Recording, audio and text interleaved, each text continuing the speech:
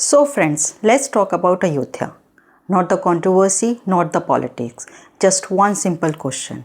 What was actually there before 1529? Where the Babri Masjid later stood. Because of years we have heard all kinds of claims. Nothing was there. It was empty land. It was never Ram Janmabhoomi. But is that true? Let's break it down calmly, clearly, and with facts. Number 1. What the ASI actually found. In 2003, ASI, the Archaeological Survey of India, dug up the site, not based on opinions but on High Court orders. And during that excavation, they found something big, a massive structure under the mosque.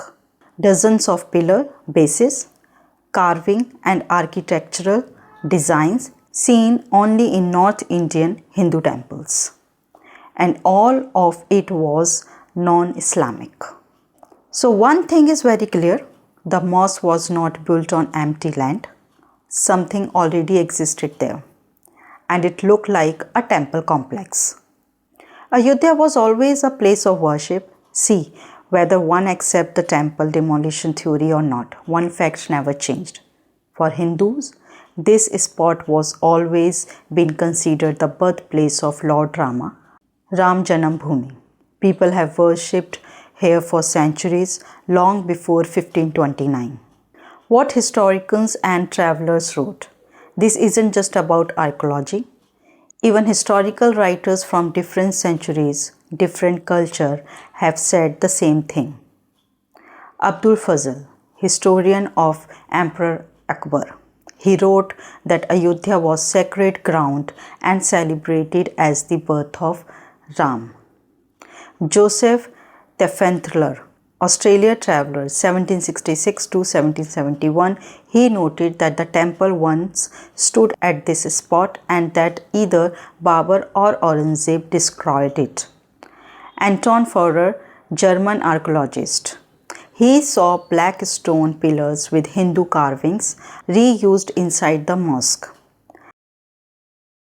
Hans Becker, Dutch scholar, long before the modern dispute, he said clearly the Babur destroyed a Vishnu temple at Ram's birthplace and built a mosque there. Different times, different writers, same conclusion. The site is thousands of years old. ASI also found cultural layers going back to 1000 BC. Shunga, Kushan, Gupta periods. And big 11th or 12th century temple like hall probably built by the Gadwala dynasty. Meaning Ayodhya wasn't a random place. People lived, worshipped and built here for thousands of years. Now the Supreme Court looked at everything, archaeology, history, records, traditions. And their key conclusions were, the land was not vacant. A non-Islamic structure existed beneath the mosque. There is no evidence the temple was deliberately demolished for the mosque, but the remains do show a large Hindu religious structure stood there. Based on this, the land was given for the Ram temple. So why was the controversy? And why it got stuck? Here comes the twist. A group of left-leaning historians kept insisting no temple existed, no demolition happened. The site was Buddhist or Jain. Everything is a myth. They said all this even before looking at the actual evidence. K.K. Mohammad's statement, the former ASI regional director, said these historians blocked peaceful settlement and misled the Muslim leadership, giving false hope that the mosque should not be returned. Kishore Kumar's testimony, the officer who handled Ayodhya negotiations, said the same. These historians rejected documents presented by Hindus but didn't even examine the documents presented by Babri Masjid Action Committee. Some even made false claims like saying the mosque was protected monument, which the ASI official denied. So friends, after putting everything together, archaeology, history, travelers' accounts, court findings, the answer becomes very simple. Before 1529, there was a Hindu temple complex at that site. Not an empty field, not a random structure, but a long-standing place of worship linked to Lord Ram. The debate was never about the lack of evidence. The evidence was always there. The only problem was some people accepted it, others didn't want to. But the today's truth stands clear. Ayodhya's history speaks for itself. So the question, why did Mughals choose this exact spot in Ayodhya to build the Babri Masjid? Of all places available, why here? Because this wasn't just a random place of land. This wasn't just any city. This was Ayodhya, a place filled with deep cultural religious importance. Number one, the symbolic power of Ayodhya. First, understand this. Ayodhya is one of the most sacred cities in Hinduism. For millions of Hindus, this place is believed to be the birthplace of Lord Ram, Masjid-e-Janmabhoomi. So choosing this spot wasn't an accident. It carried immense symbolic weight. Second, assertion of Mughal dominance. Now here comes the political side.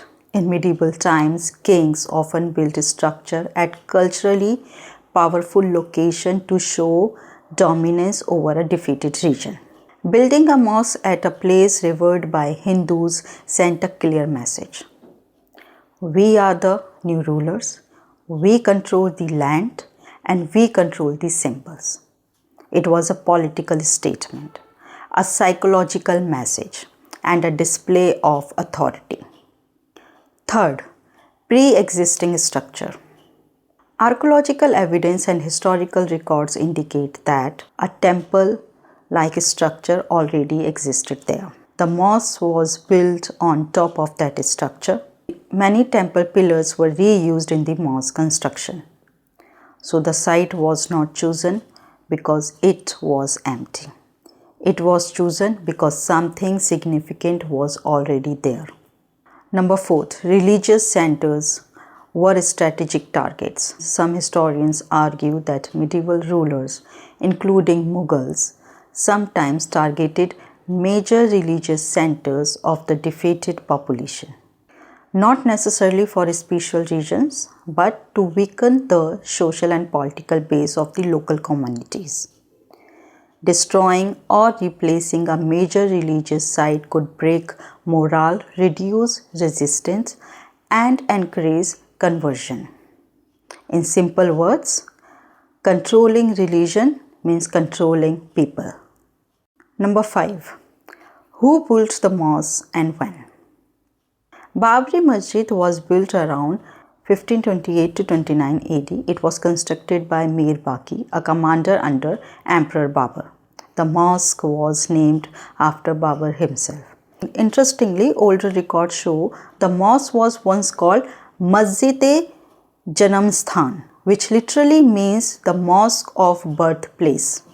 This directly connects it to the traditional beliefs of the site being Ram's birthplace. So why did Mughals choose this site? Because Ayodhya was deeply sacred. Because it sent a message of political power. Because a major Hindu structure already existed there. And because influencing cultural symbols was a strategic move in medieval politics. Understanding this helps us see the event not just as a religious issue but part of much larger historical patterns of power, authority, and symbolism. History gave us clues. Archaeology gave us evidence. But intentions? That's where the real debate begins. And that's exactly why Ayodhya isn't just a chapter in a textbook. It's a warning, it's a memory, and a symbol all at the same time.